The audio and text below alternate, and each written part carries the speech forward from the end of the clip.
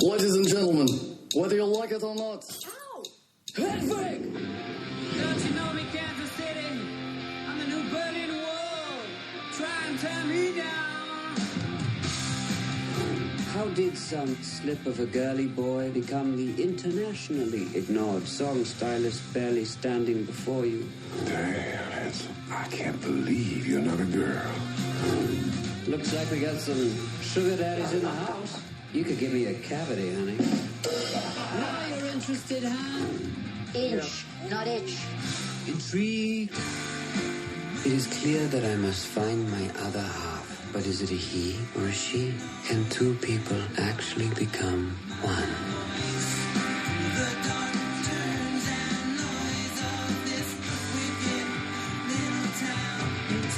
One day, in the late mid-'80s, I was in my early late 20s. I never knew that woman before that night, and I never knew she wasn't a woman. I've got a sweet tooth. Songs exploded out of us. We were outgrossing monster trucks in Wichita. When it comes to huge openings, a lot of people think of me.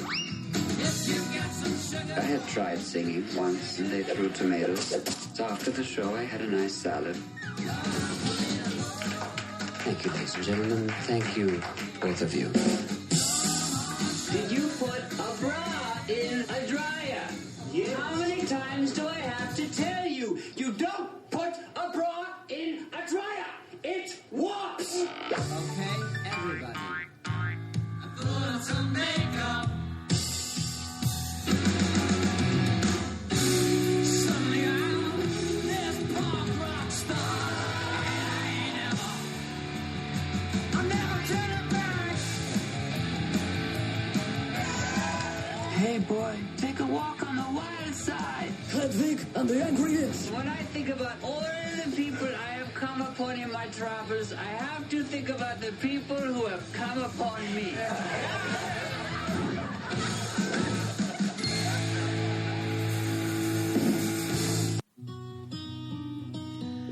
Welcome back to the show, everyone. Welcome back. Yes, indeed. Post-Halloween. Post-Halloween, we're not to Sylvester yet. No more. We're going to be scary waiting a movies. few more weeks for that. Yeah, but we've got a really fun movie. Yes, I'm today. very excited to talk about this movie. My name's Pete. And I'm Scott, and these are the movies that made us gay. Yes. Well, we finally got to it. We had our very good friend Amber Shaw over. Third time returning guest, right? Yes. I think that you've been on for Chasing Amy. Chasing Yes. Amy. And Yes. the John Hughes. Oh, yes. Oeuvre. Our big John Hughes episode, that's right. But we gather here today. We finally got to it. Hedwig and the Angry Inch, released July 20th, 2001, written and directed by John Cameron Mitchell. Yes, indeed. Which also won the audience and the audience award at Sundance, also the directing award, where it debuted at Sundance. Hedwig, we finally got to it. Sundance Directing Award a big deal? I think it is a big deal. Okay. It did not get the feature prize, but yeah, the audience award. So it's kind of the popular vote with people that were at the festival. Sure. Okay. John Cameron Mitchell, I mean, not as prolific a director as we would prefer, but I mean, this movie, as an introduction, as Yes. a debut, this movie was amazing. It was formative for a lot of people. I know that all three of us have really specific backgrounds of this movie, so I'm very excited to get into it. Yeah, And absolutely. definitely an episode that I've been waiting to do for a while. I feel like, Amber, we've been talking about doing a Hedwig episode. Pretty much, I remember when I first met you, when you said that you went to school in New York and you had gone to the Hedwig shows. So Yeah. I knew that you would be the perfect guest to discuss this movie with. Yes, I've been through several iterations of Hedwig in my life, and it has played a pivotal role in my development. Awesome. I mean, can you talk a little bit about seeing it at the Jane Street Theater? Yeah, so In the Meatpacking District? my freshman year of college was fall of 1998. I'm very old. And it was actually a required assignment for my directing class. Oh, interesting. That we see Hedwig and Matthew Bourne's Swan Lake, which is the all-male Swan Lake. Okay, I remember that. Yeah, I have no memory of this. I do. But then Highly again, recommend. I was also in junior high at the time. Feel like you'd love it. If it ever circles back, catch it.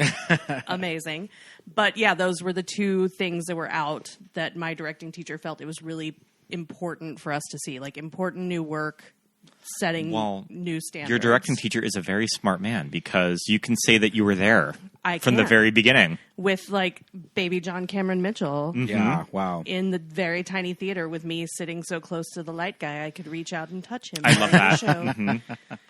show. But yeah, it was, I was a kid from a town in Texas. Which I find wild that we're both from just rural America. I mean, you grew up outside of Dallas, right? Yeah, and I mean, like, Fort Worth is a big enough city, Sure. but Yeah, it's Not still, quite like, rural, but, yeah. not that progressive. But still, Texas, I mean, it would have been quite the experience of immediately going to college in New York City. I don't know if 18-year-old me could have, like, handled it. It was a little bit of a culture shock, but honestly, like, I set foot in New York and I was like, this is where I'm supposed to be. Sure, That's yeah, great. Yeah. But definitely seeing things like this shattered my tiny Sure. brain. Because I was like, what the fuck am I looking at? And I love it. Yeah. Show me more. Had there even been like word of mouth buzz about this show, at least at school? When I got to NYU, there Yeah. definitely was. Like, it was that thing you did on Yeah. the weekend. Okay, Like, okay. Amongst the theater kids, at least, it was like, oh, have you seen Hedwig yet? Have Right, you gone right. yet? Have you Sure. seen it? And it was like, that's what the cool kids were doing on Sure. the weekends. And you got the experience of actually going to the theater. What's the theater name again? The James The Street James Street, Theater. yeah. So you actually got the experience of going in this old New York. I mean, it's a hotel. Yeah, it I was mean, like a hotel ballroom, and basically. kind of at the Right. time that they were doing it, semi-flop house maybe. Oh, yeah, definitely Yeah. a neighborhood where trying to find the theater, Yeah. we were lost. And again, I'd lived in New York for a month and a half and going down to an area that Yeah. was outside of my normal everyday realm. right. And I'm just like, where am I and where is this theater? Listeners, the Riverview or the Hotel Riverview and the Jane Street Theater are located along the Hudson River in the meatpacking district of New York, which now is a very fashionable, Very trendy and also area to live expensive. in, a very expensive area to live in. If you remember the episode of Sex and the City when Samantha bought an apartment in the meatpacking district, it was up and coming. And the whole thing was that there were trans sex workers making a lot of noise underneath her window at night because the area was so up and coming. And one of them played by Willem Belli from RuPaul's Drag Race. And gosh, when was that even? I mean, that would have been Sex and the City. probably like 99. Yeah. Yeah, so Maybe right around the same 2000. time. Yeah, so the area is starting to come up, and probably, thanks a little bit to this show going on down there. And so when this is happening, it's an off-Broadway production, and it is way physically off-Broadway in a very seedy kind of part of town. And this theater is in, like Scott said, essentially a flop house. Yeah. And And, not- little, like, 18-year-old me with my Yeah. 2 female roommates going down to the meatpacking district. Yeah. Getting out at, like, midnight. This And- was a smart choice of Yeah, mine. and not even like a traditional theater because it was a ballroom that they just converted. Yeah. And again, like, the seating and the lighting booth, I say in quotation marks, Right. because it was literally, like, one tiny light board and a guy and, like, 5 lights pointed at the stage. Yeah. It was all on, like, the mezzanine overlooking a ballroom. So it Sure. was very Okay, tight okay. and very narrow, and you're sitting on, like, basically folding chairs. Yeah. Watching the show. So- You were not sitting in the car wash seat though. No, I was not. Alas, I was up high. So when this show did blow up, and at the time on Rosie, as we all remember, she was very much a proponent of live theater and Broadway, and had a lot of Broadway shows, do performances. Current Broadway productions that were on. Yeah, do performances on the Rosie O'Donnell show, and Hedwig and the Angry Inch is doing a performance on the Rosie O'Donnell show with John Cameron Mitchell in full drag Clips in the movie. on ABC or on syndicated television in the middle of the day. Yeah. And this, Yeah, but wild. this was, it was still going on at the Jane Street at that time, right? It hadn't Oh yeah, moved. it didn't because it That's didn't wild. move to Broadway until after the movie. Right. Like it stayed on. So the James whole Street. run in New York pre-movie is all at the Jane Street. All Was at Jane was Wow. NPH the first as Hedwig on actual Broadway? Yeah, and that was years I mean, after. I feel like that would have been like 2013 or so, Yeah, right? yeah. So, you know, a full decade or more than a decade since the movie came out, and longer than that when the off-Broadway play was going.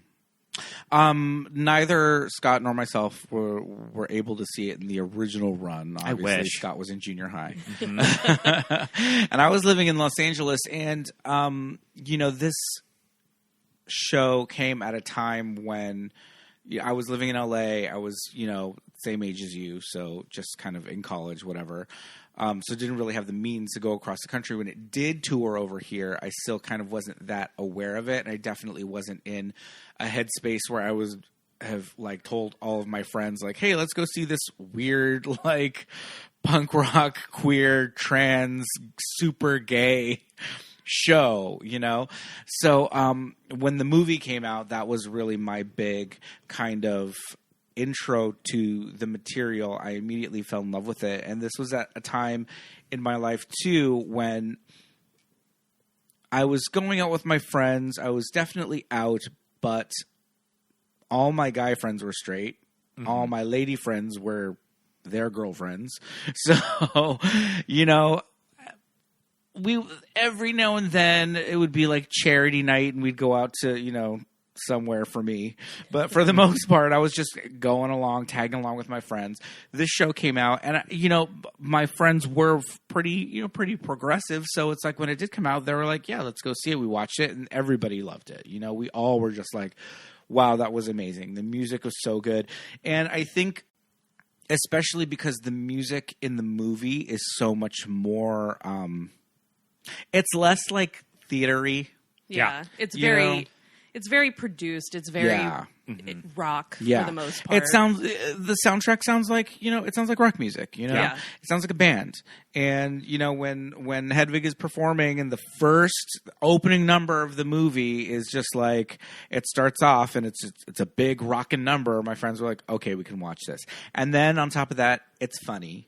And then it's a good story. And then, you know, all that stuff going on. So I think my straight friends and my best friends were able to watch it and be like, this is really good. I just immediately bought the DVD, watched it over and over again. Did you see it in the theater?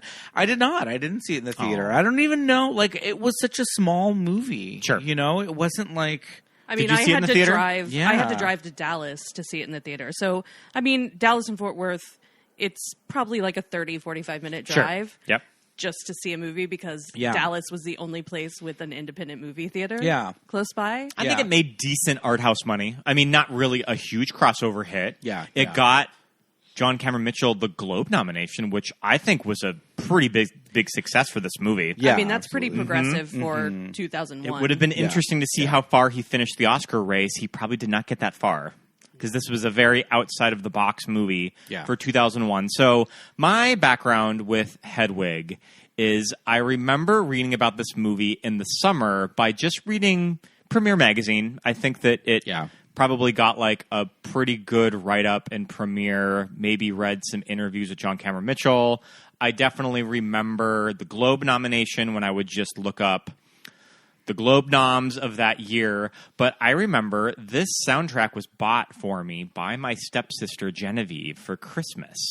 That I did not see this movie before, but she just bought it for me and was just like, I think that you would be really into Hedwig. It's the really cool, it's really super cool to like this movie. And I was like, okay. Like, I want to be cool. So it's edgy. And then we rented the movie, and you're going to be blown away at this. Watched it with the entire family. Watched it with my mom and stepdad. And I have a specific memory of me actually bringing the TV upstairs to the living room to watch it, which would have been like a big deal for a movie night in our household, because usually it was just downstairs in a little room. But we brought the TV upstairs, and we all sat down to watch Hedwig. And my stepdad was super into this movie. But I mean, you have to give my stepdad, Don, a lot of credit just because he went to school in Berkeley in the 60s. Don's a big old hippie. He loves like progressive music. He loves classic rock. he's a big movie guy. So Don he's got immediately his head got on it. straight when it comes to that stuff. And so, yeah, I think he got that it was like, okay, this is really cool. And I remember my sister and I were really into this movie. My best friend Jamie, we loved this movie and soundtrack. So get this, when Genevieve bought me the soundtrack, she bought me the stage soundtrack. She bought me the stage version. Yeah. So I fully did not know that my version on CD was not for the movie until I feel like I started going out with Pete and I just saw his copy in his iTunes. And I was like, oh, this is a little different than mine. And then it finally clicked. Oh, this was for the recorded stage version that they did in 99. And still to this day, I prefer that cut of the soundtrack. I do too. And just again to prove like my age. So the Hedwig stage soundtrack was the first CD that I bought that I got carded for. Oh, because it was explicit. Because it was parental advisory. Oh, so interesting. Yeah. I was over 18, and like that was the first one that I bought that I had to get carded for before they would sell it to me. And there were a lot of questions about, what is this?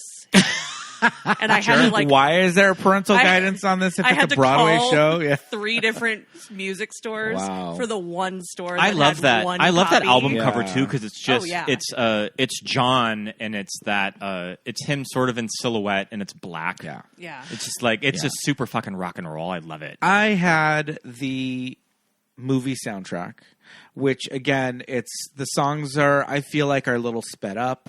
Yeah. That sounds a little bit more produced or a little bit louder. John's singing is a little bit more rock and roll, a little less, the vibrato's still there. Mm-hmm. The Broadway's still in his voice. But I think to me it sounds just more like a record, like a music, a band. Oh, yeah, sure. Oh, yeah. And not a soundtrack.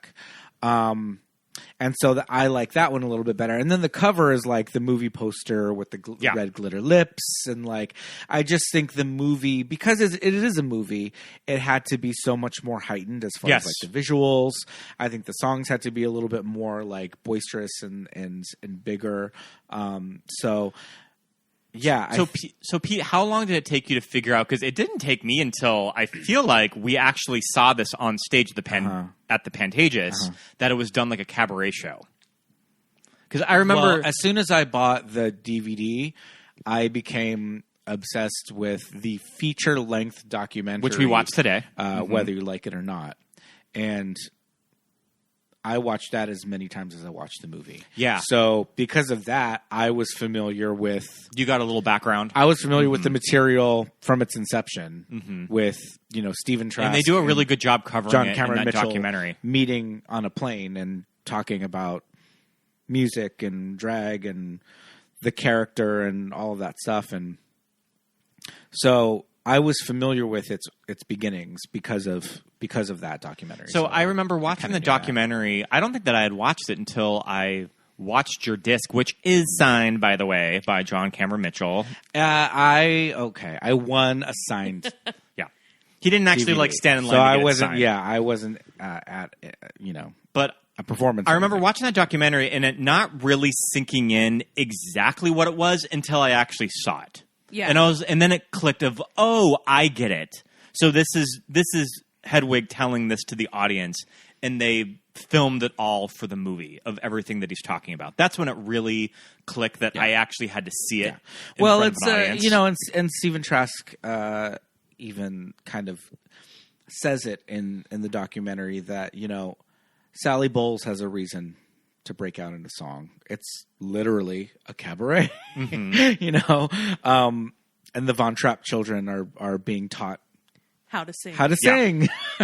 and Hedwig has got a band, and we're here with him at this shitty venue across the street from whatever venue Tommy Gnosis and his band are performing this stolen music. And that's what's so fun about the show is that you get John talking about the theater, like the actual theater that he's performing this one night in the theater, and then when we saw it, it was the Pantages. So he would talk about Tommy performing at the Hollywood Bowl. And when he kicked open the door, you're like, holy shit, like the Hollywood Bowl is just like right back there. Well, they even had like the background of like the Hollywood Hills. Yeah. So it kind of like, it worked really well. And that's from the Jane Street production as well. Yeah. Like he would go kick open this door, and it was supposedly like the venue is in New Jersey, Right. just across the river, Okay. but you're right on the river. Yeah, so, yeah. Yeah, and, the light would flood in and the sound. And, I mean, again, I think that's why my directing teacher sent us out to watch it, is because they were utilizing brilliant. space in such an interesting way. Yeah.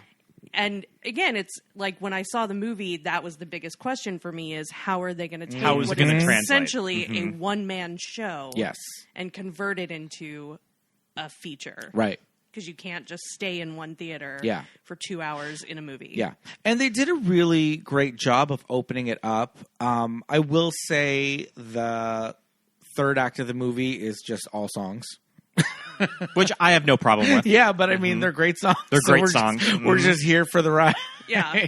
And again, they're really good at telling a story with the song, even though the song isn't explicitly, it's not like a Rodgers and Hammerstein. No, right. It's a lovely day, let's sing about the weather. Right. They're still very expository while being creative rock songs that can play on the radio. I don't think Hedwig has any spoken dialogue after, like, the fight with, like, after the crash with Tommy. No. In the limo. There, and even before that, it's the whole scene with Yitzhak and the passport. Hedwig doesn't say anything that entire scene. And then it cuts to, Tommy, and then it's just the last three songs in a row, boom, boom, boom. And then it kind of wraps up, and it gets a little bit more amorphous, a little bit more visual stylized. Mm-hmm. But it's still like, it still works. Yeah. Yeah, I never lose the plot. I'm never not interested in what is happening. And kind of really fun movie musical moments that you couldn't do on stage, that they did not have the resources to bust open the front of the trailer. Like, you could have not done that on stage, and it's so fucking cool when it happens. It's such a fun movie musical moment. And another scene that I think is really beautifully staged, and you couldn't get that on stage, is the scene with the tires. The scene with the just tires. kind of these really fun, kooky images. And then the Menses Fair. Yeah. They're on stage 9 with one person in the audience. I think that's my favorite Hedwig look. I love Hedwig's, like, festival look. I do love the festival look. That's a good one. And the, like, Stonehenge of porta potties. So we do have to take the listeners back. You saw this movie, or you saw the stage show in 1998. 1998. The movie's released in 2001. Mm-hmm. Me, the only gay in the village, Los Angeles, showing this to my friends. This is a RuPaul's Drag Race mastermind of marketing, introducing drag to 1 million households in America. And the rest of the world. And making subversive drag mainstream. This is drag queens are icky. I'm gay. It's a very fringe thing. And my straight friends will go out with me to the gay bars, but we don't want to watch the drag show. Well, and if you look at drag in film, before this, it's not cute drag. Absolutely. Like, Hedwig was the first drag character where I was like, damn, that bitch is pretty. There get to be and John gets to be a beautiful rock star. I was going to say we'll talk a little bit about the hair and makeup designer, Mike Potter, who we love. We love Mike Potter. We'll talk about him in a minute, but like you said, this was one of the first times when, for not only a drag queen, a trans character to kind of be. Also, it's kind of interesting about that. That's another conversation of that whole conversation. I think that but what I was going to say is, them allowing a drag character and a trans character to, and I know this is controversial, but like the whole realness situation, like what's real, all that, we get it. But, passable and realness and looking like a woman, and not just being like, that's a guy in a dress and it's for laughs and all that. It's this movie kind of brings up a lot of conversations about what transitioning meant for Hansel and then Hedwig. Well, and especially considering the character didn't necessarily want to Right, transition. Exactly. Yes. That's kind why of it doesn't forced quite upon them. work as a trans story when you're looking back on it now. And especially when sort of the conversation of gender non-binary has become kind of just so talked about now that I see a lot of gender non-binary with Hedwig. That Hedwig doesn't even know what he is. That was another thing, too. What they are. They are. Yeah. You know, when Luther first sees Hansel, he's lying on his stomach, naked, and turns his head and still starts talking.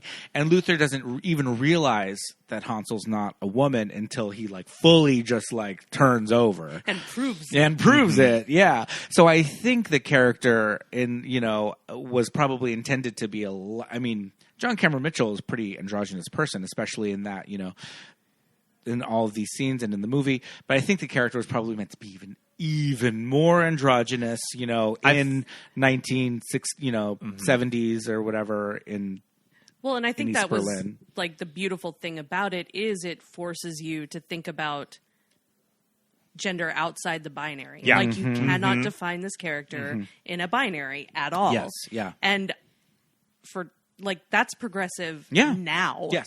So in 1998, I found a recent quote from John Cameron Mitchell, which I thought was interesting. And he's kind of come out around 2022 as non-binary, too. So it's something that he also says that he doesn't mind going by he as well. So I think that he's open to pronouns, or they're open to pronouns. Right. so it's he, they. Yeah. She's more than a woman or a man, he said. She's a gender of one, and that is accidentally so beautiful. He also stated that while Hedwig is meant to be a queer voice and she is meant to be specifically transgender, the sex change operation is not a choice. Hedwig doesn't speak for any trans community because she was mutilated. So you were kind of mentioning that too. Yeah, and it is really interesting, and especially looking at it through the 2020 lens of people misconstruing what being trans is. Right. And I think that was, in a way, brilliant in the late 90s to just not have it be about that conversation, really. Right. This is just the course of events that led to this completely unique individual telling their story the only way they can, which is through music in these shitty little seafood restaurants across the country. Yeah. Like there's something so beautiful about the fact that Hedwig is telling this amazing story in the saddest places. Yes. And another thing too is that it's one of those situations where it's like, oh, well, it's a story about a trans character, but it's just written and produced by a bunch of like cis gay white men. But John Cameron Mitchell and Stephen Trask both in 2022 identify as non-binary. Stephen Trask on IMDb has he, him, she, her pronouns on their Instagram, and Stephen Trask identifies as non-binary today. So it's like the two people that are most involved in creating this character even now. It's not that situation where it's like, oh, looking back on it, what do these two know? Well, they did know something about they were it. definitely onto something. Yeah. We just didn't have the vocabulary back then. Exactly. Like, yes. The vocabulary they're using is limited because that's where we were at that time and place. Right. But they were still kind of revolutionary. Like, and Rent comes up a lot in Hedwig, and Angel was kind of a very mainstream, or a little bit more mainstream, just drag queen character on Broadway at the time. And it's interesting to see the juxtaposition, and it's interesting to see that these characters were starting to emerge and starting to like take space Right. during that time. Yeah, and the whole conversation now is that Angel is more likely than not a trans character, not just a drag queen, right? Yeah. Not just a drag, but not only a drag queen, but probably a trans woman. And used she pronouns. Right, yeah. Like, I don't think they ever refer to Angel as a he during the production. And what's also interesting is looking at it through the lens of 2022, I feel like, have you guys watched Our Flag Means Death? Yes. So I've I not feel like watched it yet. Jim took a lot of inspiration from Itzhak. Absolutely. Like that look is yes. pure yes. Miriam Shore in this movie. Yeah. Oh, I have a lot. It. I love Miriam Shore in this movie. Same. And I remember when it finally clicked that Miriam Shore was a woman. And I just remember being like, huh. And that also just sort of challenges you as the viewer that I kind of completely bought it.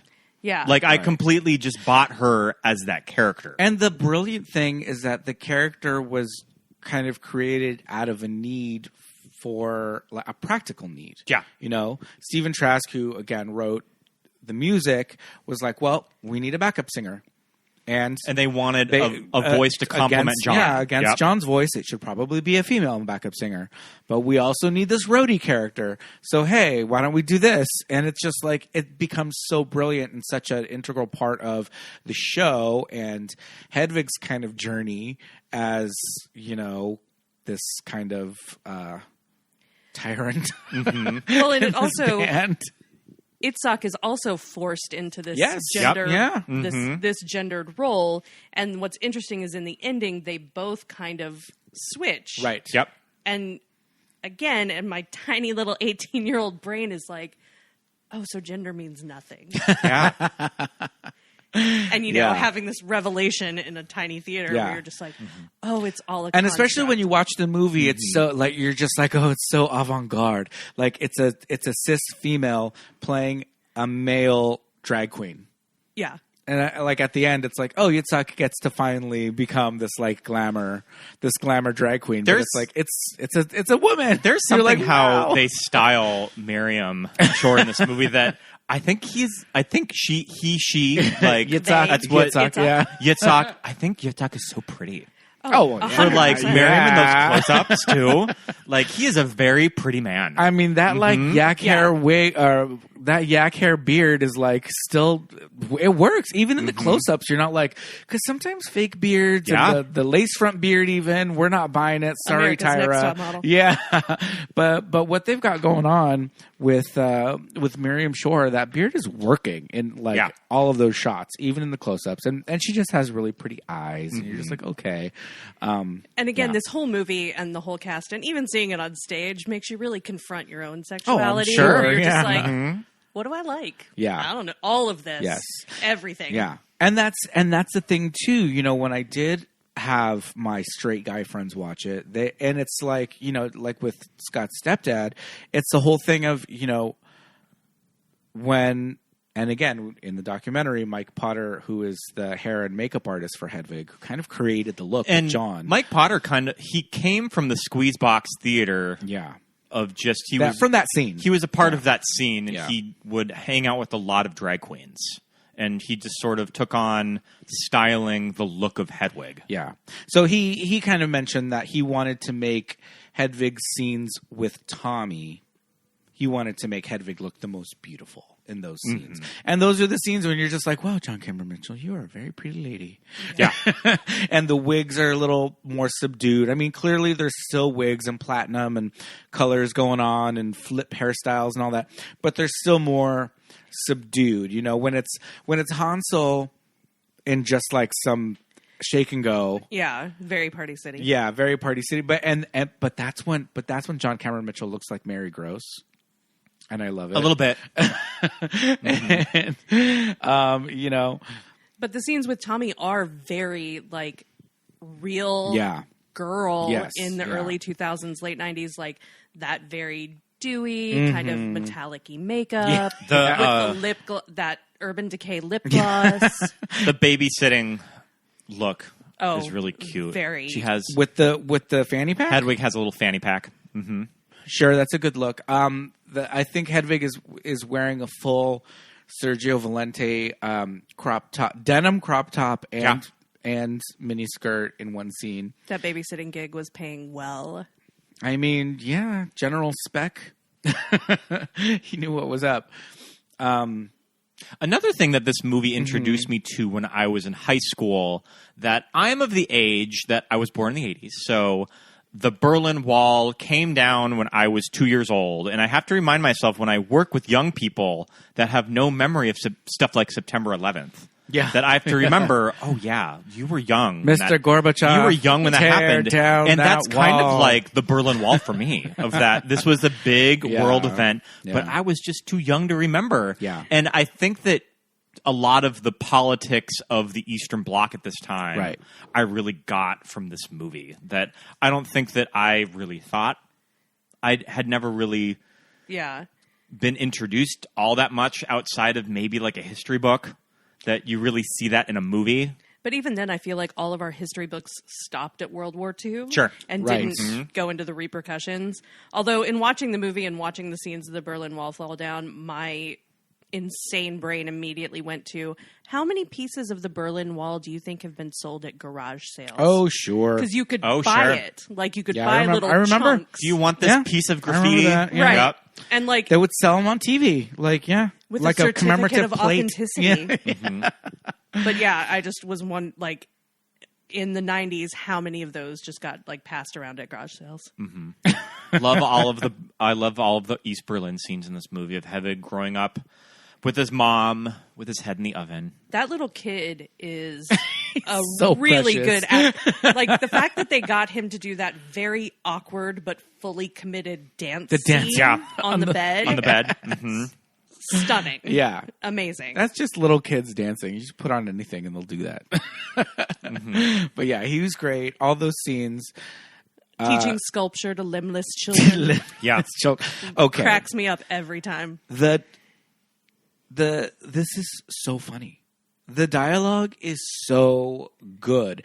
And John Cameron Mitchell just has this deadpan delivery of these lines that I'm just like, every time I watch, I'm just like, oh my God, this is so great. When he's talking about the gummy bears and talking about, like, going back to safer, monochromatic, sugary treats and just, like, the row of rainbow carnage. Like, Yeah. he is doing this So good. beautiful Yeah. monologue literally about dropping gummy bears. Yeah. And it's stunning. Yeah, rainbow carnage in my wig. Yeah, all that shit, all that dialogue is so smart. It's funny. All of And it's Hedwig's delivery. stand-up bits when he's at his gig. Mm-hmm. So good. Yeah. Ladies and gentlemen, do you like the pelt? I want you to be honest, because some bitch stopped me on the way in. What poor unfortunate creature had to die for you to wear that?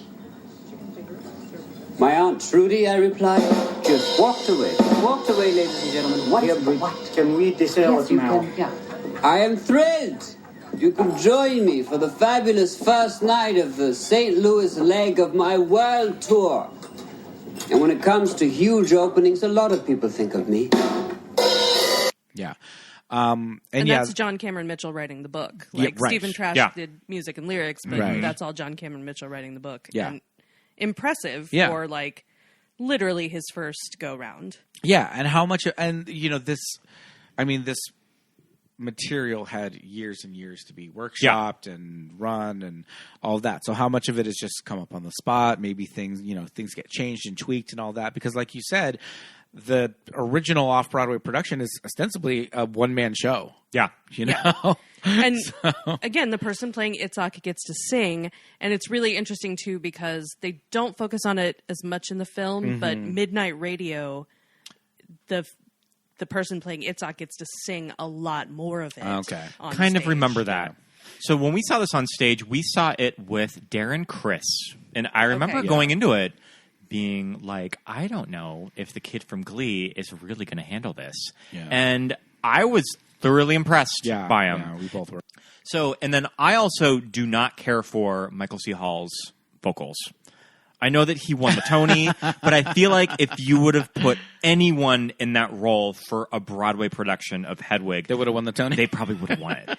Yeah. And I mean, like, when the Broadway cast was kind of like churning every 6 to 8 months. Yeah. I did contemplate taking a flight to New York to see Taye Diggs do it. Right. Taye That was Diggs. the Yeah. person I was most intrigued. Taye Diggs would have been interesting. Also, Michael C. Hall, I know, was a big one. Well, that's the one you said you didn't during like. that. Yeah. Oh no, I was. I'm sorry. I was thinking Neil Patrick You Harris. meant Neil Patrick I'm Harris. sorry. I was thinking of Neil Patrick Harris. I've never heard Michael C. Hall's vocals. I mean, I didn't even catch that. Thanks. No, it's okay. Mm-hmm. No, and the Neil Patrick Harris, again, he has a great stage voice, but it's designed for that very traditional musical. Mm-hmm. Yeah. Whereas I feel like you can get away with not being the best Broadway singer, and it's probably better if you're not the best Broadway singer to take on this part, even though John Cameron Mitchell definitely got started in more traditional musicals. Yep. Like, I had a crush on him when I was 12, and he was doing The Secret Garden. Like, fully in love. Yeah. Starting my very long tradition of falling in love with queer men. Yeah. But that's also the great thing about this show is that I could bring in people who maybe would not be impressed with a Broadway musical. Sure. And my friends who were very rock and roll and very, just like, I don't know about this. And they're just like, wow, that music was great. And it didn't sound, and it wasn't the Neil Patrick Harris, recording, which is like very, and I think by the time the movie came around, John had been doing it for so long that it's like, okay, he went from here to here. I did also see it with Ali Sheedy playing. I want to hear about that. Gracious. Mm-hmm. And it was fascinating because they made some choices that just kind of didn't work. So, there's a way to play with gender roles and putting a female in the part that they just kind of didn't think about or focus on. So in the end of the stage show and in the movie, in a different way, like, Hedwig is confronting Tommy. Yeah. And, like, kind of coming to the realization that they are the same. And in the stage show, it's done as him basically transforming into Tommy. And so when Ali Sheedy is doing it, she takes off her shirt, but there was a very clear, like, bandeau top. Right. The braver choice would have been to be completely topless, because now you're calling attention to the fact that this is a female body and it's very gendered, and we're back in the binary because we have to cover her nipples. Right. Mm-hmm. Which, again, she is not a busty woman. Yeah. So, like, it very much could have worked. Mm-hmm. Yeah. And then the only other issue was she was not a strong singer. Okay. So the parts where she's acting, great. Like, felt very raw, felt very real. The singing parts, just not that great. All right. It was interesting when the documentary goes into the lists of Hedwigs from the off-Broadway production that replaced John, because I think it was very up in the air at the time when John was about to leave of, is the show going to continue on? Like, is this role John Cameron Mitchell? And I think they were in a weird space of how much of this is a drag persona that John has created. Yeah. And it's like, can he hand it off to other people? Like, I don't know, like, a drag character, is it the person creating this character, and how, and can we have so could, else like, do it? Bianca Del Rio hand off the Bianca Del Rio persona.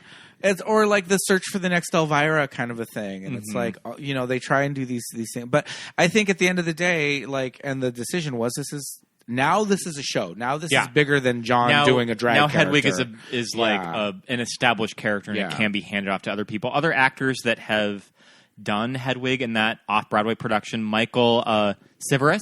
Cerveris from, I think that his big roles on Broadway were Tommy and Titanic. And I think that kind of brought a lot of Broadway cred to Hedwig, that you can put in a established Broadway actor in this role, and it would be very well received with the theater crowd, because that's the thing, is that at the time, the theater crowd in Broadway was kind of distancing themselves from something like this just because it was so outside of the box. This was kind of at the beginning of the big transition. So, like, if you follow the chronology of, like, the major trends of Broadway, it's like Rodgers and Hammerstein going into, like, Stephen Sondheim. Then it was supposed to go into Jonathan Larson. Like, that was the next logical step. Unfortunately, he passed away after one show. So there was kind of this void of what does Broadway become. Sure. And so, jumping off of that, Hedwig is this tiny little underground, kind of helped bridge it. thing where it was very much the next generation. Like I said, all the theater school kids were there all the time. Yeah. So it was that. So young people got it. Yeah, and we were poised to be the ones taking over Broadway. Right, and that's what was forming our opinion. Okay. But there's still the older crowd that are like season ticket holders that are just like, what is this nonsense? I mean, it's why Phantom of the Opera and Cats and Les Mis run forever because it's like, okay, the flyover states are going to love it. But like real talk, are we going to fly to New York around April when Phantom closes? Just so we can see it one last time. Those last performances. I'm good. We can see it down here at the La Habra Playhouse. Sure. I'll just walk through the Americana under that giant chandelier. I'll sing a few bars and be done. In the parking garage. Other Hedwigs that are worth kind of noting. Donovan Leitch. Yes. Mm-hmm. He had a big run. Kevin Calhoun, I believe Kevin Calhoun was in The Lion King. He was one of the hyenas in The Lion King. Asa Summers, and it's funny when Mike Potter talks about Asa Summers in that documentary, and he talks about how beautiful that Hedwig was. He described it as it was like Kirstie Alley in drag. I thought that was funny. And then Matt McGrath, and those were kind of the big off-Broadway ones. Sure. And Donovan Leitch, I remember this was post kind of like the national tour of the off, because I think that they did the off-Broadway stuff, but like around, didn't they tour with it? I think they did. It came to LA for a minute. Yeah. And I remember at one point, this was after the movie, there was about a month of performances at the Roxy in West Hollywood, and it was Donovan Leitch. Oh, okay. Yeah. And that would be a cool venue to see it right? At. Yeah. Wouldn't that be amazing? Like a small rock club? Mm-hmm. Like that's the perfect venue. Yeah, and you were mentioning of just how for you this type of show isn't as successful in a venue as big. Yeah, and I mean I feel like there are a lot of shows like that where it works better in a smaller venue, and yeah, you can absolutely translate it into a bigger theater and put more butts in seats, which is what all the money people want. Yeah. But there's something so different about like it being in a tiny space and like seeing the sweat on the person and like hearing every little movement that they make and every little breath. And, it's just, it makes it that much more personal. Mm-hmm. Like Hedwig is very much speaking to every member of the audience. Yeah. We're all close enough to like smell what brand of detergent to use. Yeah, I think it's the nature of the show. And I think that's what, when you watch the footage, you get to see, like, especially at the Jane Street, just how he would, talk about the theater, and just it just seems like something that you want to be close up, or like a dinner theater kind of a situation. The pictures of Asa Summers as Hedwig, it looks like John. First of all, just yeah, you're like, oh, that's just like, I would just think that's John, but he does look like, yeah, I can see Kirstie Alley in there. That's funny. That red lip is everything, though. Like, immediately after seeing it, I was like, yes, must do that red lip all the time. With glitter? With I glitter. think the face is really interesting when you look at how they paint. Now, listen to me like I'm talking like I'm like an actual like paint. It's the. Yeah. Do you remember when Miss Cracker and who won that season? Won Aquaria. Miss Cracker and Aquaria kind of got into a mini fight because they did the same face. Oh yeah, and it's the worried eyebrows. Sure. Yep. That's the eyebrow that Hedwig has on. In the main performances, I was like, that's that eyebrow, where it's kind of drawn that way. I see a lot of Jackie Beat's face. Absolutely. I mean, Jackie Beat just has a very iconic way that she does her makeup. And it's the eyes, it's the eyebrow. It's the eyebrow. Then, it's sort of the cheek too. It's a little bit of the hair. I mean, Hedwig has a cut crease, and it's the crease in the cheek, and it's the same one at the eye that goes back. What we noticed too was that when John was making the movie, his bangs were bleached, and then his hair is like just dark brown. And I just thought that was a fun, quirky choice for John Cameron Mitchell. Yeah. But it's because they're hard front wigs. Yeah. It's sure. 2001 and they're hard front wigs. Oh, so those that's wigs were you can sort of build so that's John's hairline into the wig. He's not really building the hairline of the wig. It's just because he moves so much in the performance that his hair just comes out. Yeah. You know? So it's like when it does, it's already blonde. It's Yeah. already platinum. So, you know, you just like, oh, well, your eye doesn't just go right to it like, oh, that wig's awful. It's just like there's a little bit of natural hair coming out. How many early 2000s drag queens do you think just sat at their mirror with wig in a box on a loop? Oh, yeah. Like, Yeah. this is their moment. They feel seen. Getting out those I love wig in a box. getting out those toilet paper rolls to try to make how Hedwig's hair curls. to make yeah. the big Farrah, Yeah. the wings, the Farrah wings, yeah, or soda cans. Well, another thing too is that again, this is pre-Drag Race, so we don't have all these ideas of drag costumes and things. And in Wig in a Box, when the side of the trailer comes down and becomes a stage, Hedwig comes out, and now the whole band comes out, and they're all in kind of like a heightened, stylized costume. It's their music video looks. And Hedwig is wearing a 2-piece outfit that's completely made of hair. Very Chris March from Project Runway. And that is the first time. And that was just like, holy shit. I had never seen clothing made of like hair wefts from like. Well, wigs. and now there's like a whole Oh, challenge yeah, on Drag exactly. Race. Oh, yeah, yeah. But where make a is dress out the of hair? wig. Yeah. Yeah. Hair challenges, all that stuff. And, you know, wefts of wigs and all that. But yeah, at the time, you're just like, is that hair? Yeah. Is that bra made of hair? It's like, what the hell? And it was like gloves and boots, and it was like a top and a mini skirt, and like all, and then the long hair, blonde, the hair that matched flows it. into it. Yeah. Oh, the yeah. laid wig, like Gandalf the white, not Gandalf the gray. And again, this is very much when I, as a cis straight woman, am starting to look at drag queens like, but I want to look like her. She's so pretty. Because, you know, I didn't want to look like any of the quote unquote drag queens from Tu Wong Fu. Right. They all looked like buff dudes. Yeah. But again, seeing Hedwig, I'm like, I could do that. We could do this. That's a look. Yeah. That's another thing that they comment on is that John Cameron Mitchell just is a sample size. Yeah, he has model proportions. He's just sample size, so they can just get close. He is off the unfairly rack. pretty. Yeah. We should probably mention that this movie's costume designer is Arian Phillips, and she is one of my favorite working costume designers right now. I mean, she did. She's worked with Madonna a lot. She did Once Upon a Time in Hollywood. Okay. So she's gone on to have a very successful career. Okay.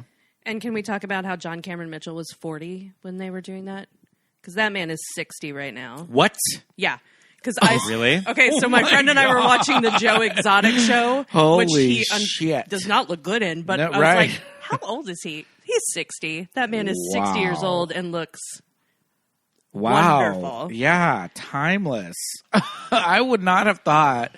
Jeez Louise. He's made a deal with some sort of demon, and I'm jealous. Goodness. I was thinking this entire time, like, I gotta check the dates. John Cameron Mitchell, born in 63. Wow. How do you like that? Wow. Yeah. Mm-hmm. The one. So he's fully like 40 when he's making this movie. Yeah. Wow. Jesus.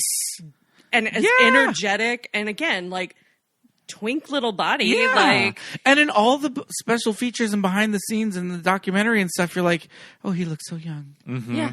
40. Looks like a little baby. Oh, wait a minute. 40. Wow. One of the things that we just watched this movie right before the recording. Mm-hmm. One of the things that I think is really successful when I revisit this movie that I think that you can overlook when watching this movie is I think the band is really successful. Stephen Trask, who helped write the music, is just the guitar player, and also the drummer. The drummer is doing things silently Yes. in the background in Every scene that it's killing. Yeah. Michael Ornoff. And he only wears short shorts. Mm-hmm. He Mesh only tops. wears mesh tops, crop tops, and a 3-inch inseam shorty shorts. Yeah. The entire movie. And randomly has a baby. And has I mean, but he's that guy in the rock band of like a touring rock band that, of course, he has kids.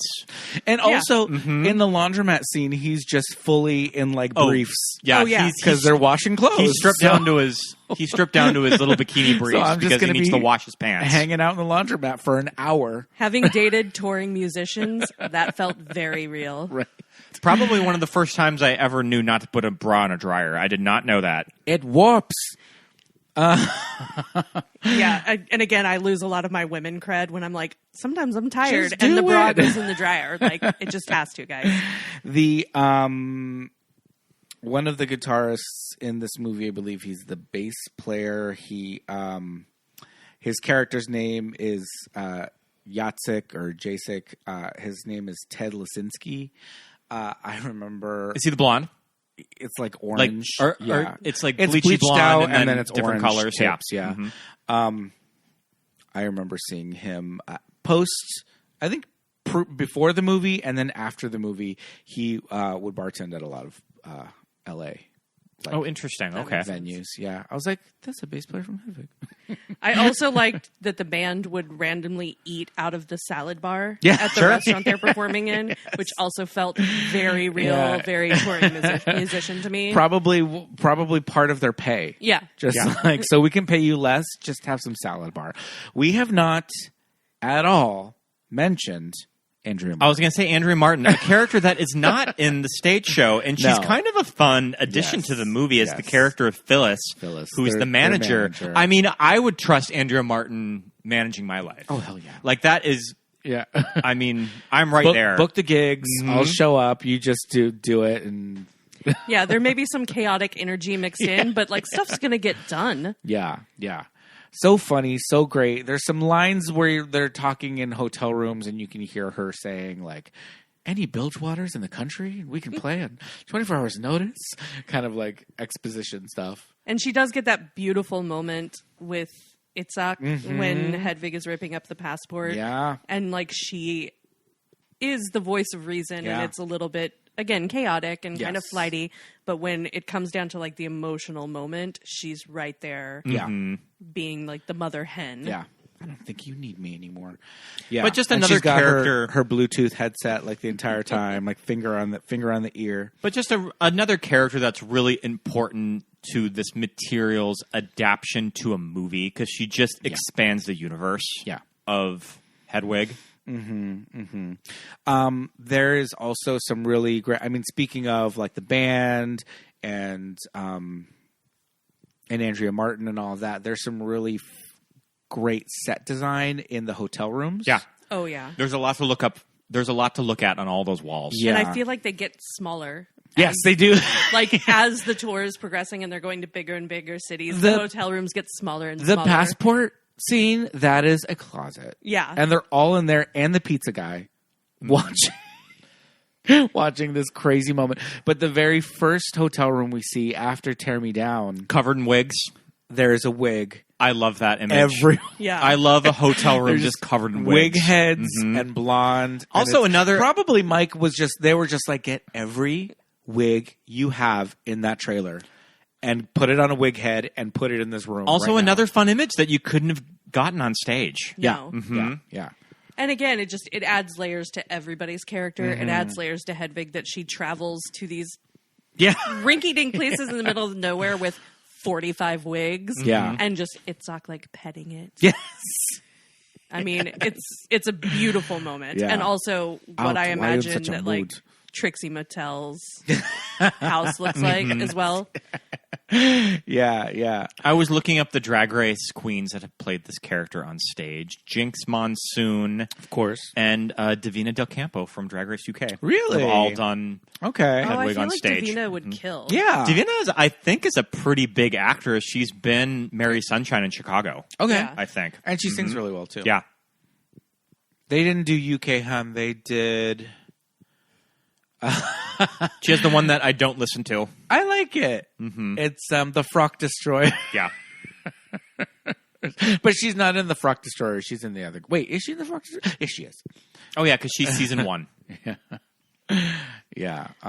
But it is funny to see like the whether intentional or not, so many drag queens have pulled from Hedwig. And a lot of times it probably is intentional, but all I kept thinking was like, how many times did Willem Belli watch this movie and paint his face? I mean, yeah, and outfits, inspiration, the fur coat with the paint on it. Yeah. I mean, it's just kind of like a lazy drag staple now, but I mean, but it's funny. It's pretty funny. It's funny. Although someone did it on UK Drag Race like 2 weeks ago with Cheddar the big Gorgeous, wings, and stunning. Yeah. Like, well done.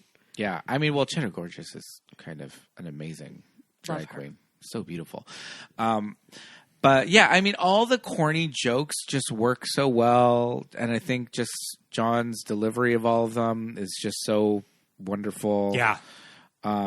And that's why you had to have an actor for this role. Like, Yes, you had to have someone that was very familiar with kind of stage work. John's probably done a little bit of stand-up, too. So all of that helps to form What this poor character. creature had to die? My Aunt Trudy, I replied. Like all that. Oh, again, back to the tire scene. Like the one-liner on top of one-liners. Yeah. Mainly the jobs we call blow. The one line that I think that all three of us cackled at was, we're talking to Phil Collins people, but then again, aren't we all? We are talking to Phil Collins's people, and everybody in the audience, ooh. But then again, aren't we all? And that's the same scene. That song was written by Kurt Cobain, everyone. Now he's got a future. That one. That, and it's also the scene with her Korean army wife backup band, which is just so cool. A beautiful little detail. So good. Yeah, Also, because at that point, Hedwig was still living on the army base, like in the... Well, and also just sort of Hedwig's context. had a lot of different sort of transitions in his climb up. Right. Like right. this is just like a certain section of Hedwig's life. Yes. And I love that too, because it's like we go from, young Hansel in East Berlin, and when Luther leaves him with that little teeny twink carrying the suitcases on the same day that the Berlin Wall falls down. Yeah. You're just like, oh fuck. Well, and then you go straight into Wig in a Box. Yeah. And the first two verses are, I think it's quieter, it's softer, it's sad. Yeah. But also universal. And I think that's what's really smart about this movie is that you're coming from a character who has a life story unlike anyone else's. Yeah. And yet it's completely universal in a lot of ways. It can speak to everyone. Yeah. Mm-hmm. Yeah. And, then just the idea of Hedwig kind of saying, okay, this is my life now. I'm a divorcee, I'm living in this weird, tiny Kansas town. In a trailer with a porta potty outside. Yeah. And he says, I went back to my first love, music. Yeah. And young Hansel was listening to Lou Reed and David Bowie and Debbie Boone and Captain and Tennille and all that. So we established that Hansel loved music, and now Hedwig is going to kind of Anne Murray, who is actually a Canadian. Working in America. In the American idiom. And that song, Wig in a Box, is such a ride because you're at such a low point where it starts. Yeah. And by the end of that song, you're fucking rocking. And Hedwig turns into a rock star. And Hedwig turns into a rock star. Yeah. And then this is where Tommy finally comes in, when we finally meet Tommy, played by Michael Pitt. What's your history with Michael Pitt? I remember when I was young. Fake Leo. Fake Leo, kind of the what my history was? Leo DiCaprio, but he used to do it for me when I was young. I was going to say, you know what it is? That stupid French movie. The Dreamers. It's The Dreamers. Oh my God. That's another one of those ones where your mind Cousins? is like, what is my sexuality? I remember when that movie came out. My sexuality is those three. I remember Exactly. when that three. movie came out when I was a freshman in college that I was taking film classes. Yeah. We were studying stuff like the French New Wave and me just thought this movie was so fucking cool. And I remember... It's Dangerous Cousins. It's Dangerous Cousins. Development. And that is a movie that really delivers on the full frontal male nudity. Oh my goodness. I mean, the French do not care. No. But it's also just... You're not quite sure, like, should I be aroused by this? Yeah. Maybe not, but also yes. And I know that director now is very problematic, but I think all three of those actors seem pretty into it. Yeah. So I think we can like the Dreamers.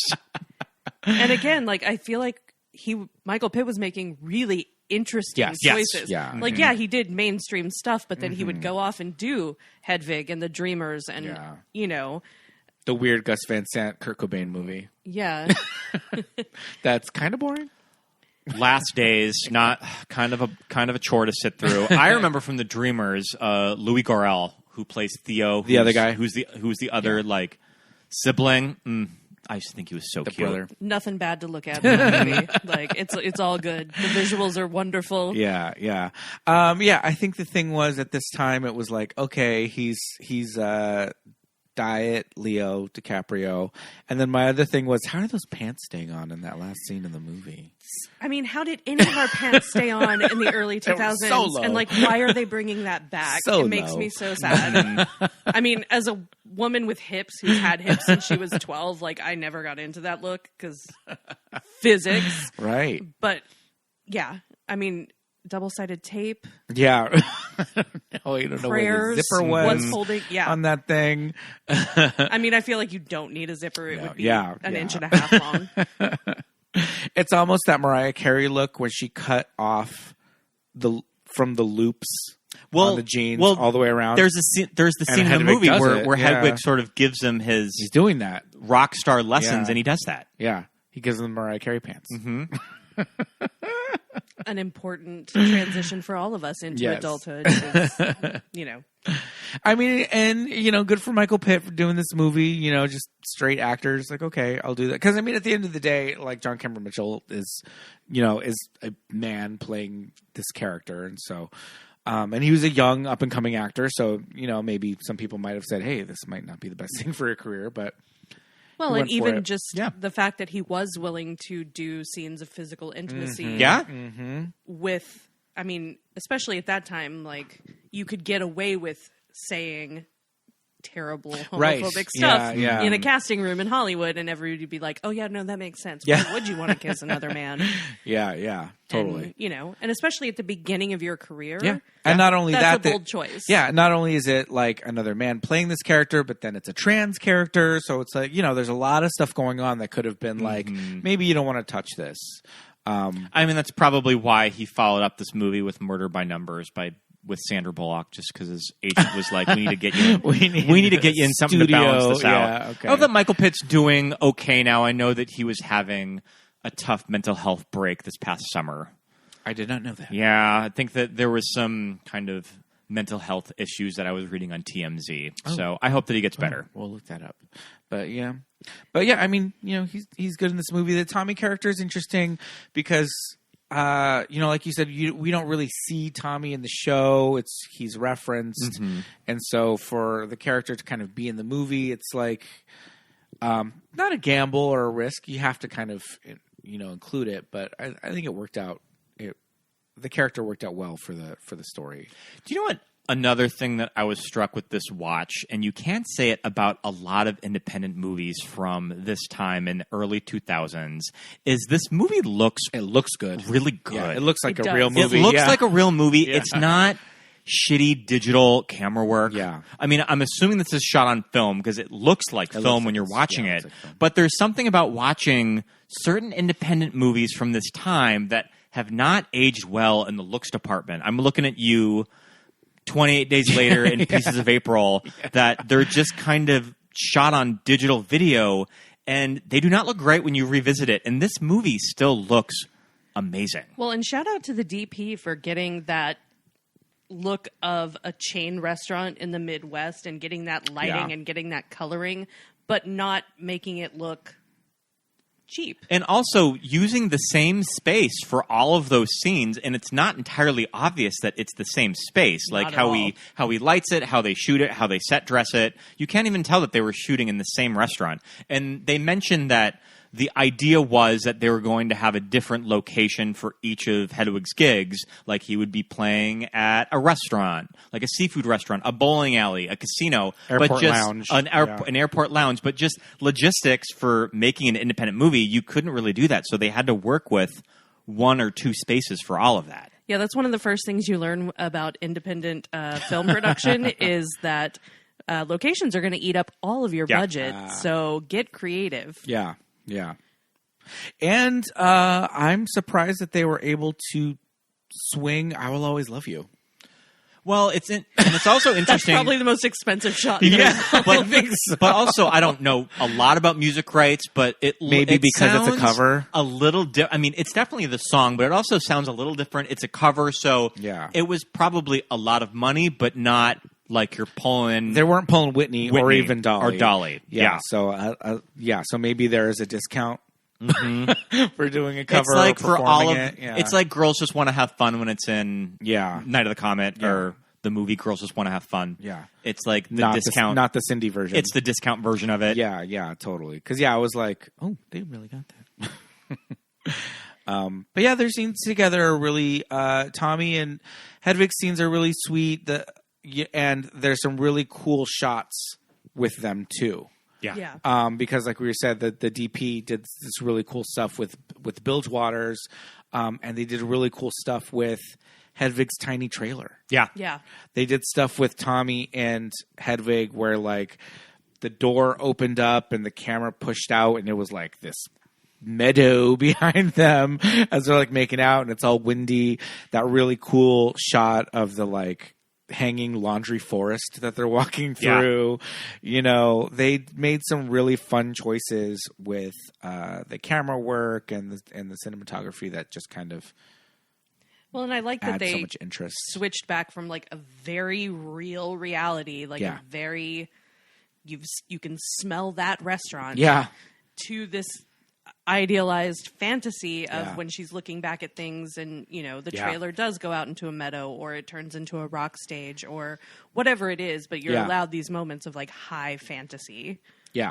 And there's some kind of moments that are a little there's a lot of heightened moments in this movie, really. So I guess it kind of gives a little bit of leeway when, there are moments like Luther and Hedwig's mother talking about getting married and like, oh, well, I think the best thing to do is to like... You have to leave a piece of yourself behind to move forward. And Hedwig's face is just like, this bit, what? Like what? His face is a little, to me, it's a little like almost, he doesn't look at the camera, I don't think. Well, but he might as well be looking at the camera like, what? You guys hearing this? Yeah. I thought that you were going to talk about when he dives in the crowd and he's flying. Yeah, but stuff like that, and then all the musical performances are always like way heightened. So it's like I think because they're able to do that, then there are scenes that are a little bit quieter. That John's delivery or performance can be a little bit more winky. Yeah, and that scene where he is talking to his mother and Luther, like he goes through a cascade of emotions. He starts off so happy because he's like, oh, Luther's going to marry me and he's going to take me to America and I'm going to use your passport and it's all going to be fine, to we're gonna take something you really like and it's not gonna be good. And just watching his facial expressions. So, and we discussed this before, and that's what's interesting about talking about this movie in terms of a trans story. That it doesn't quite fit in that box. But I kind of love that gender and sexuality and the transition story, none of it fits in a box. Right. Yeah, exactly. You can't really define anybody's sexuality. You can't really define anybody's gender. It's all just... It's forcing you to confront your preconceived notions because your brain is going to try and put it into a box of like, that is a man in a relationship with a woman, therefore straight. Or, know, and like there's just no allowance for that in this movie. And if you see something like... Hedwig and Itzhak in a bed under the covers, and Hedwig is like dry humping Itzhak from behind, fully dressed, and this is like this crazy kind of subversive imagery going on. But at the end of the day, it's a cis man and a cis woman, so maybe the like Christian fundamentalists would be okay with that scene, right? It's like it's like the most subversive heterosexual sex scene you've ever seen. It's weirdly layered. Yeah, it's so layered. You're just like, well, at the when it all comes down to it, that's what they want. And again, like none of it feels particularly sexy. Like right, yeah. Also, that like none of the sex feels passionate or sexy. Yeah, none of the love feels completely real or earned or meant. So again, it's forcing you to kind of deal with people use each other like in whatever way they can. Because even in those really sweet scenes with Tommy, he still has not come to terms with what's going on with Hedwig. And also Tommy is pretty much young. So it's of course he's not going to young and super religious and you know. Of course he's going to be scared of all of this. Yeah. At one point, and at one point she says, like, I laid it out. I told him the whole story, and he was just like, yeah, he became intimately familiar with the back of me. Yeah, yeah, absolutely. Which is funny, but also heartbreaking if you think about it for more than 30 seconds. Yeah. And you also have to wonder, like, how many queer people have been in that exact Sure. situation where it's like some part of your brain loves this person and is attracted to them, but the rigorous beliefs you were raised under convince you that you're not, and so like you're just balancing it out by like, well, if I don't kiss them, if I don't touch them that way, then I'm not queer. Yeah. So Jesus doesn't mind. Yeah, totally. It's not gay to top. Well, you know, if it's oral, it doesn't count as losing your virginity. Yeah, exactly. we know about the Mormons and their soaking. Yeah, right. So all that. Yeah. So all the loopholes they've got for the soundtrack. What are your favorite songs? I mean, there's so many great songs in the soundtrack, but just kind of, what are your favorites off the soundtrack? I love "Wig in a Box." Like "Wig in the Box" is a great song. It's kind of weird because, again, like I started with the Broadway or off-Broadway soundtrack. Yeah. So there's a song called "The Long Grift." Yep. And that is one of my all-time favorites. I can sit there and cry to that whenever I want. Wait a minute. Is "The Long Grift"? Oh, no. It's Tommy sings it in the movie, but there's no full version. There's no Hedwig vocals in it. Yeah. See, and also I grew up on the stage soundtrack that has that version that has the John vocals. Yeah, and it's a longer version, and like there's just lyrically there's a lot of songs in this where, again, you can find moments where it's so relatable just to the human experience, right? And if you've ever been in love, if you've ever dated anyone, no matter what that relationship model looks like, you can relate to those songs. Or even if you're just sad one day and you just put on "Wig in a Box" in your iTunes and you're immediately in better spirits when the song ends. Well, and I think it's great because it allows you to be sad for two verses, and then you can be really happy and become a rock star by the end of the song. So it's great. Yeah. But those two are my favorites. I think that I agree. "Wig in a Box," "The Long Grift" are really good, and also "Midnight Radio" is just such a beautiful song too, and it's a great closer for the movie. Yeah, because it calls back to it literally name checks. Yeah. Female musicians. Yeah. And Hedwig, and in the stage production, more Yitzhak get to put themselves in that pantheon. I love when he's naming them all, and at the end he goes, "And me." Yeah, and that look of I dare you to argue with the fact that I am a rock star. Pete, what are your favorite songs off the soundtrack? I love "Tear Me Down." "Tear Me Down's good. I love "Tear Me Down" and "Origin of Love." Yeah, those are my two favorites. At some point in my life, I'm gonna get the Origin of Love tattoo. Yeah. Like, Yeah, I just, that little, the great. two faces on Yeah, his the hip. circle with the two. I want it. Yeah. And it's so funny, too, because, again, watching the documentary so much and then listening to the soundtrack so much, and then you watch the movie, and Tommy's vocal is Stephen Trask. Oh, interesting. In the movie. To kind of differentiate that, I was about to ask, Yeah. does he play Tommy like in the stage version? But then I kind of remember how they adapted there this. really is no Tommy. There in the really stage is no version. Tommy's Yeah. off screen. Yeah. Or like he's But- off stage. Yeah. Mhm. And so when you listen to the soundtrack and it's Wicked Little Town Tommy Gnosis version, it's Steven's voice. And then it's Steven's voice coming, Michael Pitt's lip syncing. So it's funny because that's not Michael Pitt singing, and I know that's I don't think that Steven's I knew it voice. wasn't Michael Pitt singing, Yeah. but it makes total sense though. Yeah. Wicked Little Town is another really great song. It is. And so during quarantine and lockdown, they did a thing called digital drag. And it was like a weekly drag show, but everybody was just basically like filming themselves Yeah. in their bathroom doing drag. Zoom drag, yeah. Yeah. And my friend and I became obsessed with it and would get very stoned and watch it. It was amazing. But a queen did this beautiful like performance art piece to Wicked Little Town. And Okay. it's like, I'll have to dig it up, but it's one of the best things I've ever seen. I love Miriam's backup vocals in that too. Yeah. Also, kind of going on to our favorite things in the movie, what is our favorite Hedwig looks in this movie? Because Hedwig kind of turns out the outfits in this movie. Like Ariana Phillips had a fun time costuming John. What are some of your favorites?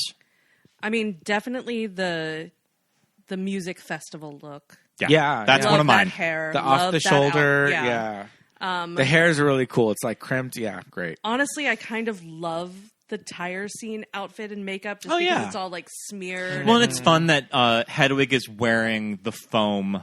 Yeah, she's wearing her own The merch. foam headpiece. Yeah. Mhm. Yeah. And then the scene with the car wash skirt. Oh, and yeah. The ponytail that's in I a was saying snood. an underrated. daddy, Underrated. I mean, I know that it's the fringe skirt, which is the car wash. Yeah. It's a car wash, ladies and gentlemen. But I like what's going on in the rest of the outfit too. Yeah. And I mean, like, again, John Cameron Mitchell is a sample size, so bitch looks good in everything. I also think John looks beautiful in the mall scenes with the beret. The beret. So clueless. I was going to so say, it's a little Cher Horowitz. We love it. The Perfect. plaid, yeah. Hedwig goes to the mall. Yeah. Yep. And again, I love that that's their look for like, I'm going to the mall, so therefore I have to dress like Cher Horowitz. Like, there is a mall look. Well, they were also going to try to ambush Tommy's in-store signing event. So she had to look good for the cameras. But it is interesting in that, like,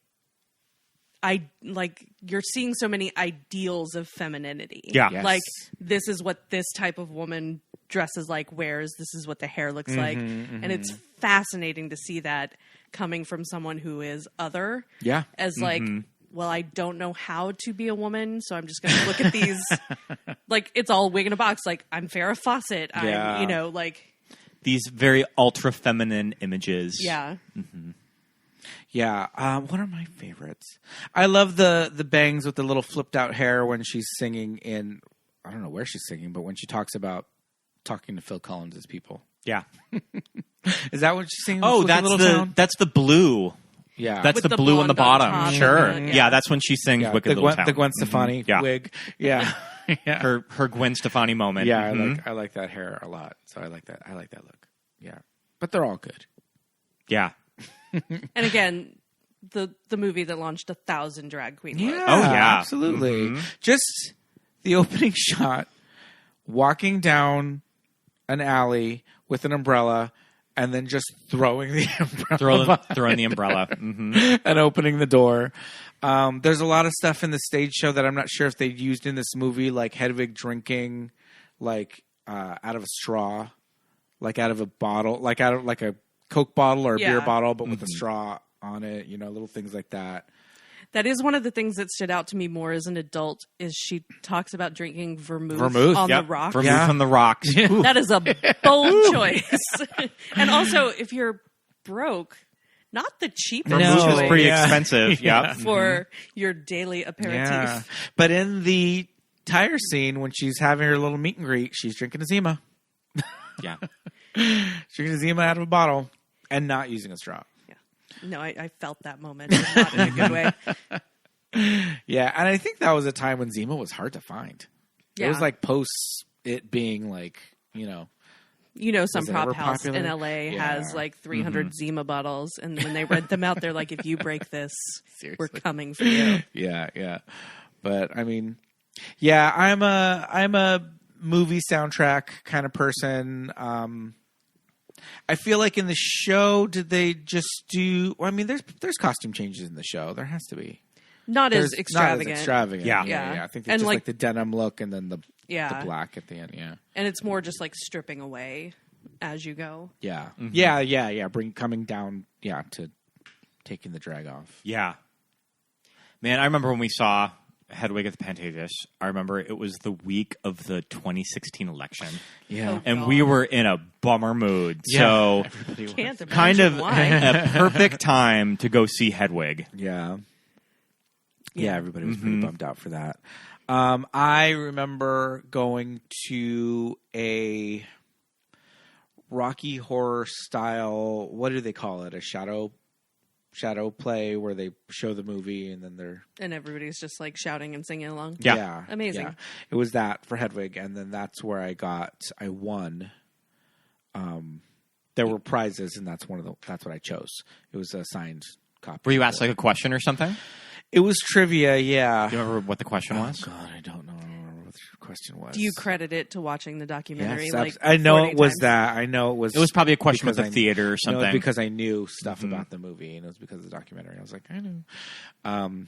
And yeah, they had a bunch of prizes, and that's what I chose. John Cameron Mitchell's filmography is very sparse. He does Yeah. not direct a lot of movies. I mean, still very actively creative. Like, I mean, he was just on the Tiger King And he was in TV show with Kate McKinnon. the Netflix Sandman show. Oh, is that's he in right. He's in that. Oh, He's, great! I have to watch his it still. I character haven't is watched it. amazing. Okay. And he's just a little effervescent and dark at the same time. It's beautiful.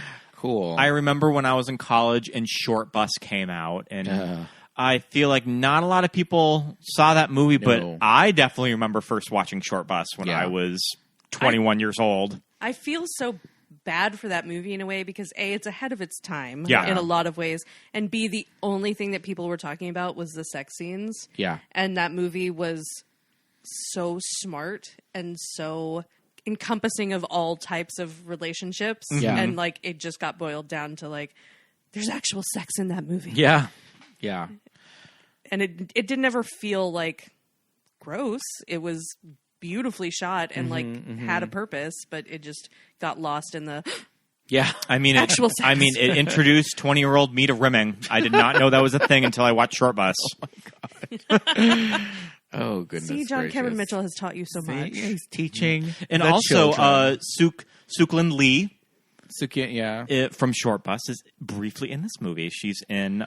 She's backing Hedwig in that scene Yes, with all the Korean women. Yeah, Yep. she is in the band. Sukyin. She plays Kwang Yi. Give it up, Kwang. But yeah, she for our Canadian listeners, she started off on Much Music, which was their version of MTV, which we had because we had that dish cable. Oh, in sure. like the early 2000s with the satellite dish on the side of the house, and so we got Much Music. It was great. I loved Much Music. Those Canadians, you know, they They're on have some top of good things. stuff. Yeah. Also, Rabbit Hole. Yeah. That when Nicole Kidman was producing Rabbit Hole, she was in on the ground floor of that production after it kind of the film rights were bought off Broadway. She handpicked John Cameron Mitchell to do the movie because she wanted a director that could work with a small budget but make it look beautiful. And I think that she was probably sold on something like Hedwig. Yeah. That like, look what they did with Hedwig, and probably this movie was not a lot of money. Like probably the budget of this movie was not a lot, and they make it look great. Yeah. And again, I think he's a very smart, very creative person. Mm-hmm. Yeah. And, you know, I hope that he does direct more stuff in the future. Mm-hmm. But I mean, I'll watch whatever he does. And you know what? Yeah, it looks like it looks like he's done some TV. He's done episodes of Glow, Nurse Jackie. I forgot about this movie, How to Talk to Girls at Parties, with Elle Fanning and Nicole Kidman. A movie that I still have not watched. Have you heard of it? I've heard of it. I have not watched it. It's based on the Neil Gaiman. It's a Neil Gaiman short story. Short story, and Nicole Kidman plays an alien that comes to London with some and she meets some punk rockers. Is it a feature length? It's not a short. Oh, okay. Yeah, it's a feature length. Mm-hmm. All right. I've definitely read the short story. Yeah, but I just haven't seen the movie. Mm-hmm. Yeah, I have the book that it's in. Yeah, I forgot which one it is. Do you know what's wild of when I was thinking of the year of this Golden Globes that I was trying to think, who did John Cameron Mitchell lose the Globe to? And I went to, it was Nicole Kidman. And then I had to remember, he was not campaigned an actress. No. It was just, and it's also just one of those things that this movie does to you that you just immediately think of Hedwig as contemporaries with Renee Zellweger and Nicole Kidman, but he was put in actor and he lost to Gene Hackman in the Royal Tenenbaums. Oh wow! Yep. Mm-hmm. Wow. So and it's just one of those things that I immediately went to actresses. Yeah.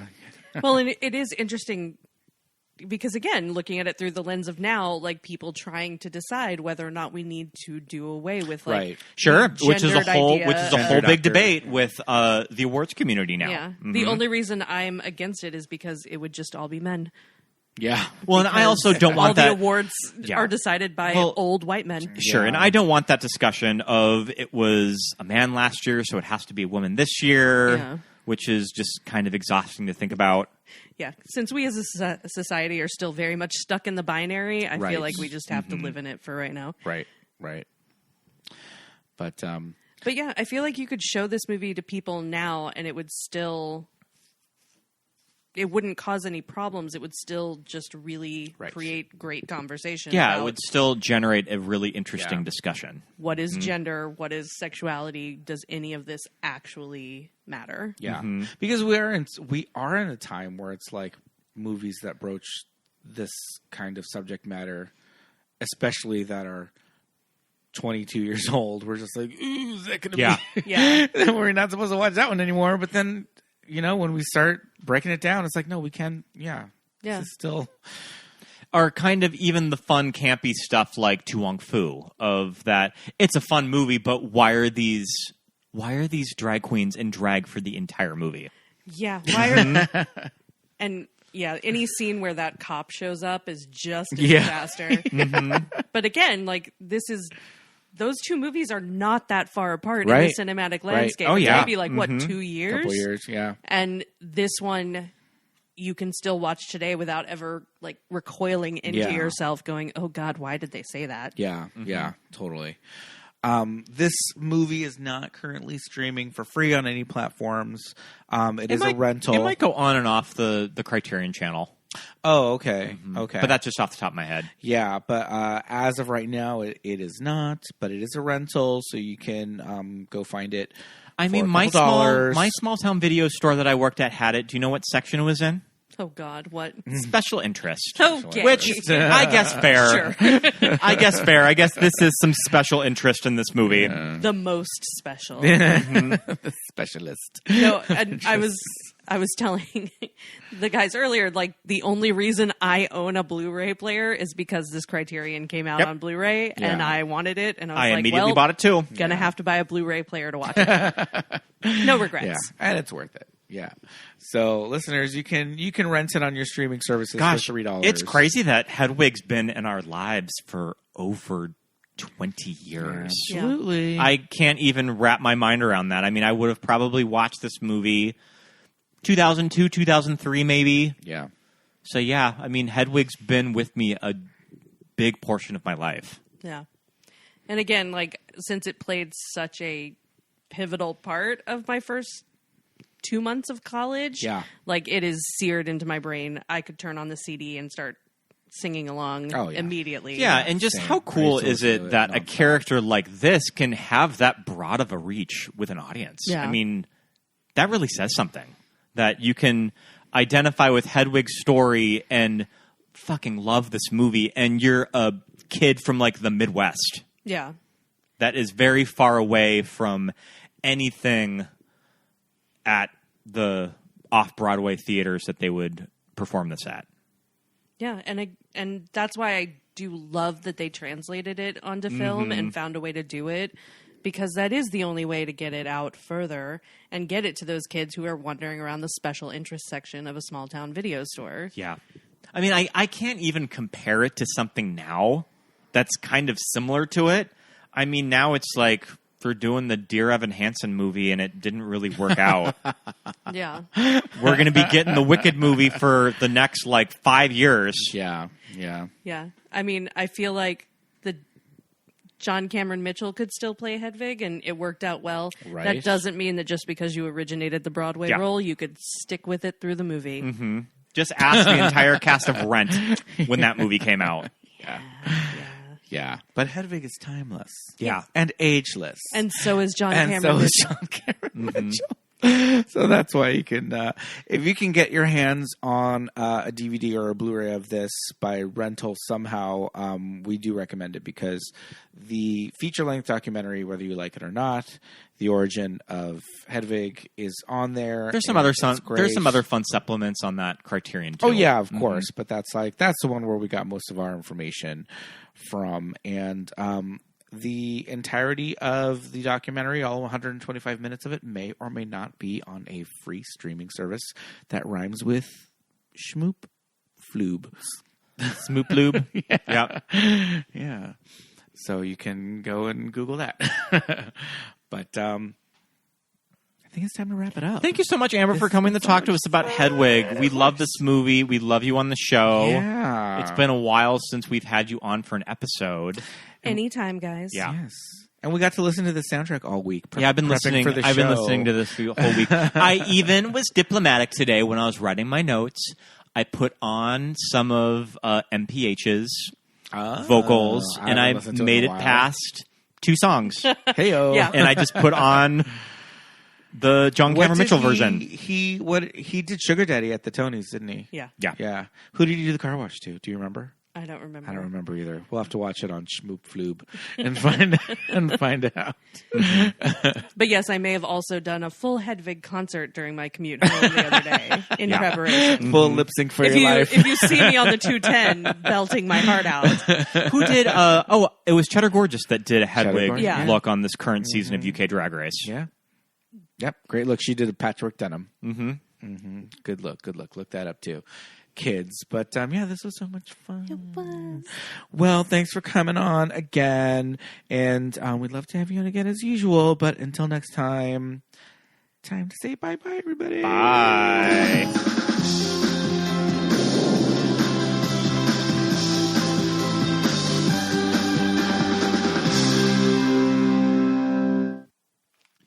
And thank you so much for listening, everybody. Thanks so much. Fun episode. I love this movie. Show. Yes, we love this movie. We watch it. I mean, we haven't watched it in a while, but I mean, we've both seen it so many damn times. I remember we watched this movie early in the pandemic. Did we? I think the first week of we're officially staying at home and not doing anything on our days off. I blocked that time So out. I remember we put on this Criterion of Hedwig and we watched it. Okay. So that was when the last time we watched this movie. Yeah. All right. Well, thanks for listening, you guys. This is a lot of fun. Go out and watch this movie if you haven't seen it, and listen to the soundtrack on Spotify or iTunes, what have you. It's great. But I think right about now, it is that time. Ooh, Patreon shout-outs? Yes, indeed. Time for Patreon shout-outs. We would really love to say hello to our patrons. We have a new patron, Alexis. Alexis, thank you so much. And Thomas, I wonder if we said hi to Thomas. He's another new-ish patron. Yeah. So we'd also like to say hello to Mark, Jackson, Millie, Darcy, Ted, Benny, Jamel, Melanie, Christopher, Susan, JJ, Shelby, Michael, Muffy, Paul, Jamie, Drew, Genevieve, Dawn, Joshua, Emma, Melly, Aaron, Melinda and Jim, Jessica, Nick and Shannon, Christine, and also Ruffino.